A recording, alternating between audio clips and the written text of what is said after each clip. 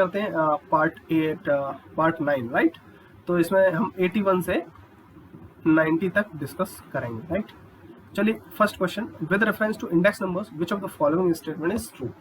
तो जैसे index number की अगर बात करें तो आपको रिकॉल करना चाहिए कि मैंने जितने पॉइंट्स आपको बताए इंडेक्स नंबर से रिगार्डिंग, तो क्या क्या बताएं। एक तो ये चीज, इसे क्या बोला गया, बैरोमीटर बोला गया। किसका, अब मैं वो लिखूंगा नहीं, बैरोमीटर, बैरोमीटर ऑफ इकोनॉमी, ठीक है, और basis of planned economy, right. और क्या है, inflation deflation, right. Inflation deflation की स्थिति भी आप इससे पता कर सकते हैं, ठीक है। इसमें आप बेस ईयर सेलेक्ट करते हैं, करंट ईयर सेलेक्ट करते हैं, उसके बेसिस पर कैलकुलेशन करते हैं, कंपेयर करते हैं कैसे कैसे चीजें वेरी कर रही हैं, और एक विद इन कंट्री अलग अलग चीजें होती हैं। तो अपने यहाँ पे कौन से इंडेक्स चल रहे हैं, दूसरे कौन से इंडेक्स चल रहे हैं, वो चीजें वेरी करती हैं, ठीक है। तो चलिए पढ़ लेते हैं स्टेटमेंट कि कौन सा ट्रू है। First, always have same value with different method of construction. बिल्कुल नहीं, आप जितना मतलब जितने टाइप के इंडेक्स हैं, आप अलग अलग इंडेक्स उठाएंगे तो आपकी वैल्यू अलग अलग मिलेंगी, ठीक है। जैसे आप कभी न्यूज में भी सुनते होंगे, कभी बेस ईयर चेंज करने से वैल्यू ही चेंज हो जाती है ना। तो वो किसी में कोई सी बेस वैल्यू यूज हो रही है, किसी में कोई सी हो रही है, तो ऐसा नहीं है, सेम नहीं रहेगा, चीजें वेरी करती हैं। दूसरा, it is used for the base of planned economy. ये ऑप्शन आपका सही है, पहला तो गलत हो गया, दूसरा सही है। और देख लेते हैं, इंटरनेशनल कंपैरिजन इज पॉसिबल। नहीं, सबके इंडेक्स अलग अलग होते हैं, आप कैसे कर सकते हैं, तो ये तो पॉसिबल नहीं है, ये गलत हो गया। अगला, do not alter with better quality और ऑब्सोलेसेंस। अगर आपकी क्वालिटी बढ़ेगी तो हो सकता है इंडेक्स की वैल्यू, कुछ इंडेक्स ऐसे होते हैं जिनकी वैल्यू कम हो तो क्वालिटी को अच्छी क्वालिटी को डिपेक्ट करते हैं। कुछ ऐसे इंडेक्स होते हैं जिनकी वैल्यू ज्यादा हो, वो अच्छी क्वालिटी को डिपेक्ट करते हैं, ठीक है। यानी ये तो गलत है, ऑल्टर होते हैं क्वालिटी के अकॉर्डिंगली होते हैं, और ऑब्सोलेसेंस के अकॉर्डिंगली ऑल्टर होते हैं, यानी ये भी गलत है, यानी ऑप्शन बी आपका करेक्ट आंसर होगा, राइट। चलिए नेक्स्ट क्वेश्चन करते हैं, statistics is the science of. मैंने सबसे पहले ही आपको बताया था, फर्स्ट चैप्टर में ही आपको मिलेगा स्टैटिस्टिक्स क्या है। ये आपका एक ट्रिक बताई थी मैंने, कोसाई, ठीक है। तो इसकी ये साइंस है। कोसाई में आपका सी जो है वो कलेक्टिंग है, ओ है ऑर्गेनाइजिंग है, एस समराइजिंग है, ए एनालाइजिंग है, एंड इस सब के बेसिस पर आप जो इन्फ्रेंस निकालते हैं वो है आपका इन्फ्रेंसिस, ठीक है। आप कोसाई याद कर लें, ये पर्टिकुलर सीक्वेंस में पूछा जा सकता है, ठीक है।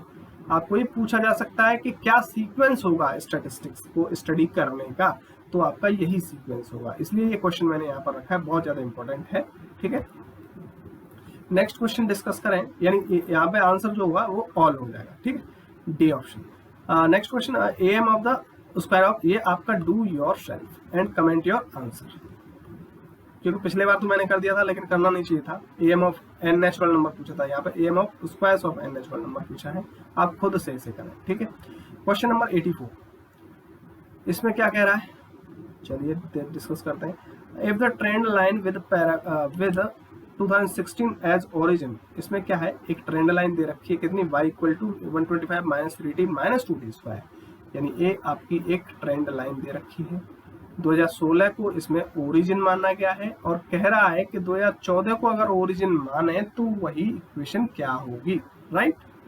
तो सबसे पहले तो 2016 की बात करें तो इसकी जो इक्वेशन है वो क्या है, y equal to 125 minus 3t minus 2t square, और ये जो है आपकी पुरानी बेस ईयर है।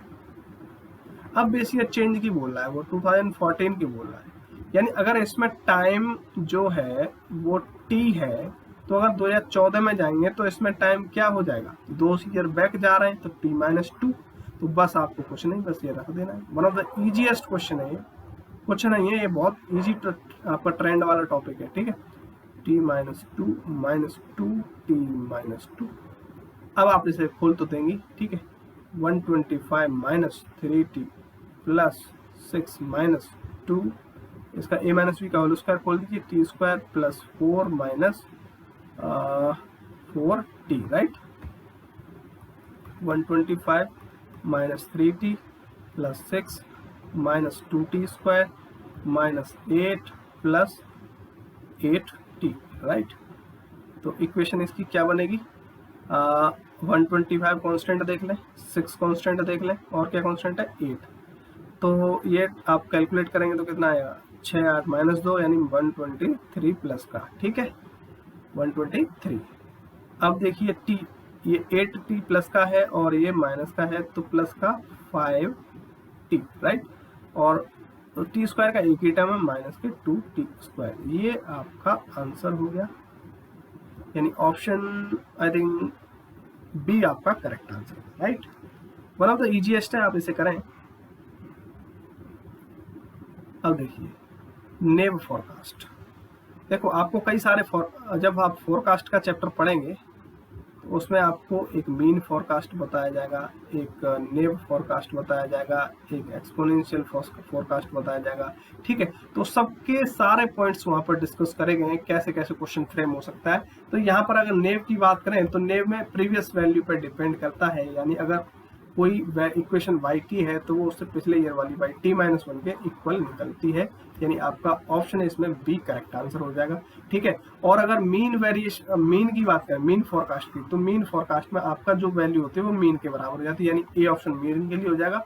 और लीनियर के लिए ये हो जाएगा लीनियर फोरकास्ट के लिए, और ये नॉन लीनियर फोरकास्ट के लिए, नॉन लीनियर। तो ये तो मैंने अदर्स के लिए बता दिया। अगर इस क्वेश्चन के आंसर की बात करें तो इसमें आपका जो आंसर है वो बी ऑप्शन करेक्ट आंसर होगा। साथ में मैंने 4 क्वेश्चंस आपको डिस्कस कर दिए ऑप्शन की हेल्प से। आई होप आपको क्लियर हो गए होंगे, ठीक है।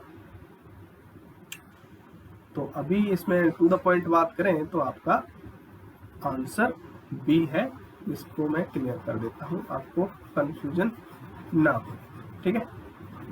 साथ में कुछ चीजें एक्स्ट्रा बता देता हूं जिससे आपको क्वेश्चन छूटे नहीं, आपको सीखने को ज्यादा से ज्यादा मिले। और सिर्फ क्वेश्चन ही क्वेश्चन डिस्कस करें तो ये पार्ट जल्दी कंप्लीट हो सकता है, उसमें आपको सीखने को कम मिलेगा। हाँ, क्वेश्चन नंबर 86, इसमें क्या कह रहा है, if the equation of exponential trend, इससे ही पता चल रहा है ना, ये एक्सपोनेंशियल ट्रेंड है। तो इसमें 2004 इसमें ओरिजिन है, ठीक है। तो चलो लिख लेते हैं, y इक्वल टू कितना दे रखा है 20 into 1.5 to the power x। ये आपका 2004 को एज अ बेस मान के किया गया है। और पूछ कैसे रहा है, वो कह रहा है 2006 को अगर बेस माने यानी ओरिजिन माने तो क्या होगा। मैं यहाँ पर बेस लिख रहा हूँ, ठीक है, ओरिजिन की बात कर रहा है, आप ओरिजिन भी लिख सकते हैं, ओरिजिन लिख लें, आप कंफ्यूज ना हो। ओरिजिन मैंने पहले भी ऐसे ही डिस्कस किया है, ठीक। तो अगर देखिए, अगर इसका टाइम t है, t तो नहीं, इसमें x दे रखा है, अगर लेट सपोज इसका टाइम x है तो 2 साल जब आप बाद में जाएंगे तो उसका टाइम कितना हो जाएगा, x + 2 हो जाएगा। तो बस वही आपको यहाँ पर पुट कर देंगे, 20 इंटू 1.5 x + 2, ठीक है।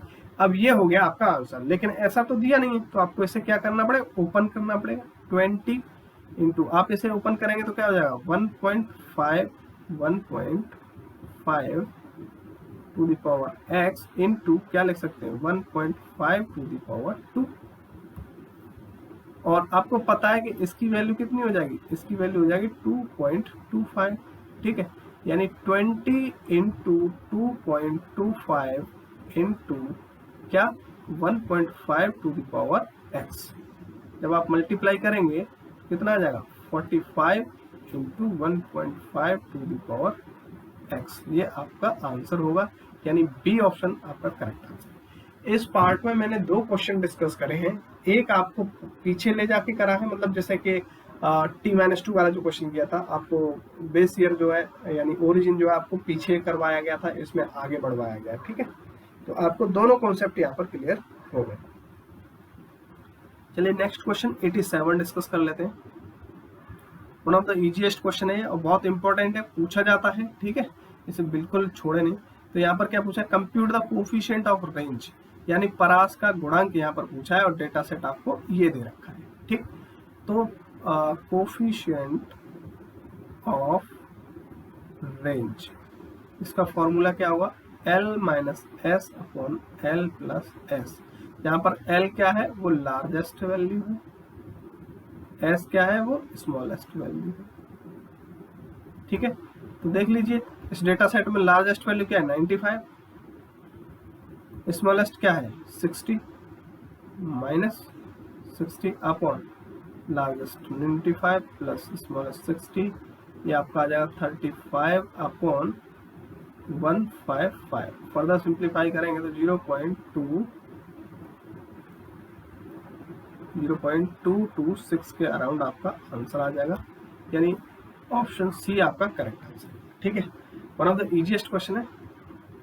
अब ये क्वेश्चन थोड़ा अच्छा है, थोड़ा सा टफ कह सकते हैं क्योंकि मोड इसमें यूज कर लिया है, लेकिन आप एक बार आपको बता दूंगा आपको इजी लगने लगेगा। ठीक है, बस आपको देखने से डर लगेगा, इसे वैसे कुछ है नहीं इसमें।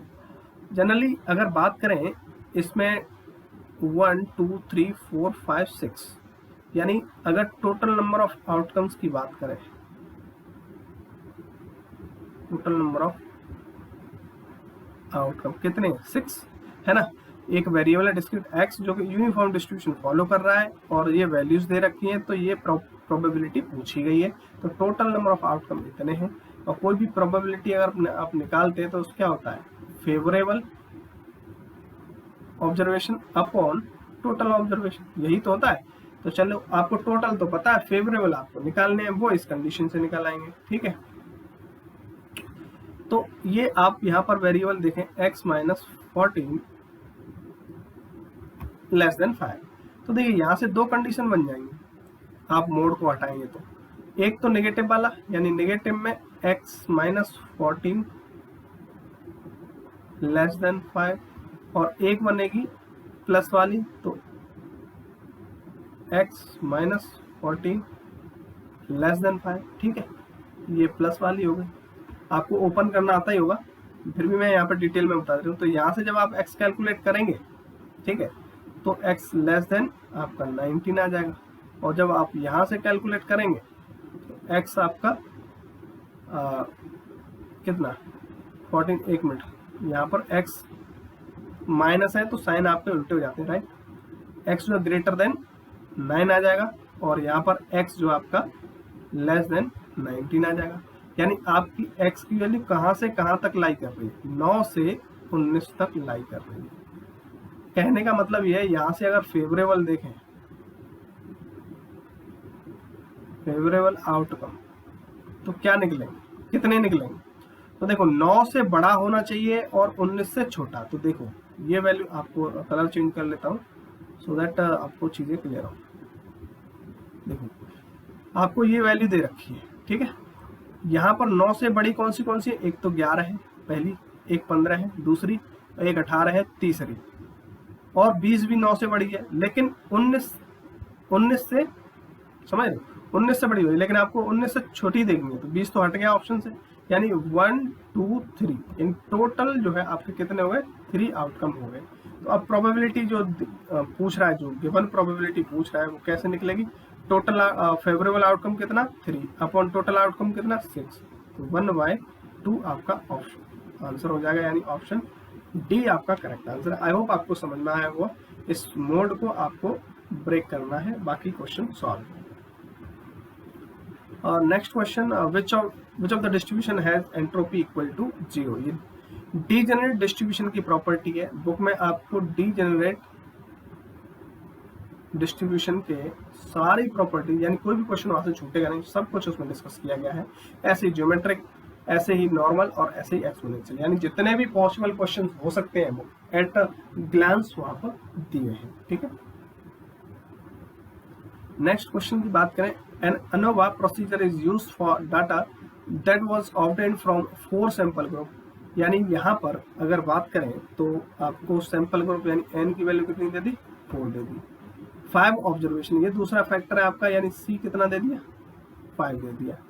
डिग्री ऑफ फ्रीडम df1 और df2 for the critical value of f, जो f की क्रिटिकल वैल्यू उसके लिए df1 df2 निकालना, यानी एक ANOVA है जिसमें आप 4 नमूना समूह से प्राप्त किया गया डेटा, जिसमें प्रत्येक 5 अवलोकन शामिल थे, यानी ये पहला फैक्टर हुआ, फर्स्ट फैक्टर, और ये आपका दूसरा फैक्टर हुआ।